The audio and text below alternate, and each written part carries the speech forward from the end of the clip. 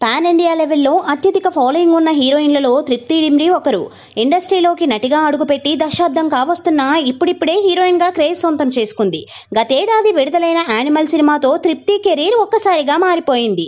ఈ మూవీతో national crush అనే ట్యాగ్ సంపాదించుకున్న తృప్తి ఇప్పుడు బాలీవుడ్ బ్యాక్ టు బ్యాక్ చిత్రాలతో దూసుకుపోతోంది. ఈ క్రమంలోనే తాజాగా ఓ ఇంటర్వ్యూలో తన కెరీర్ తొలినాళ్లను గుర్తు చేసుకున్నారు. సినిమాలో అవకాశాల కోసం ప్రయత్నిస్తున్నప్పుడు ఎన్నో సవాళ్లు ఎదుర్కొన్నానని, నటిగా మారాలనుకున్నప్పుడు ఇంట్లో వాళ్ళు ప్రోత్సహించినప్పటికీ చుట్టుపక్కల వాళ్ళు, బంధువులు ఇష్టం వచ్చినట్లు మాట్లాడుతూ తన తల్లిదండ్రులను భయపెట్టారని అన్నారు. మాది ఉత్తరాఖండ్, కానీ పుట్టింది పెరిగింది ఢిల్లీలో. ఫ్యామిలీ మొత్తం అక్కడే సెటిల్ అయింది. చిన్నప్పటి నుంచి యాక్టింగ్ అంటే చాలా ఇష్టం. అందుకే నటిని కావాలనుకున్నాను. ఇంట్లో వాళ్ళకు చెప్పగానే కాస్త కంగారు పడ్డారు. ధైర్యం చేసి ముంబై వచ్చాను. ఆ సమయంలో ఎన్నో సవాళ్లను ఎదుర్కొన్నాను. ఒకే గదిలో సుమారు 50 మంది ఉండేవాళ్ళం.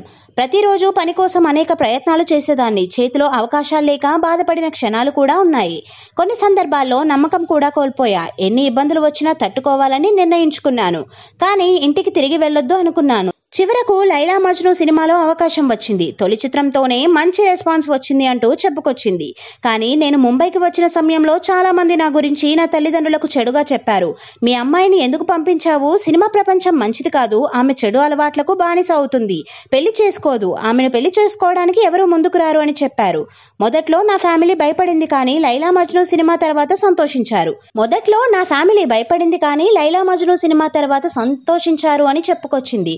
ఆ తర్వాత పలు చిత్రాల్లో నటించిన తృప్తికి యానిమల్ సినిమాతో క్రేజ్ వచ్చింది. ప్రస్తుతం ఆమె రాజ్ కుమార్ రావు, విక్కీ విద్య, కావోవాలా వీడియోలో నటిస్తోంది. ఈ చిత్రం అక్టోబర్ 11వ తేదీన విడుదల కానుంది. విశాల్ భరద్వాజ్ దర్శకత్వం వహించిన, ఇంకా టైటిల్ నిర్ణయించిన చిత్రంలో ఆమె షాహిద్ కపూర్ తో కలిసి స్క్రీన్ ను పంచుకుంటుంది.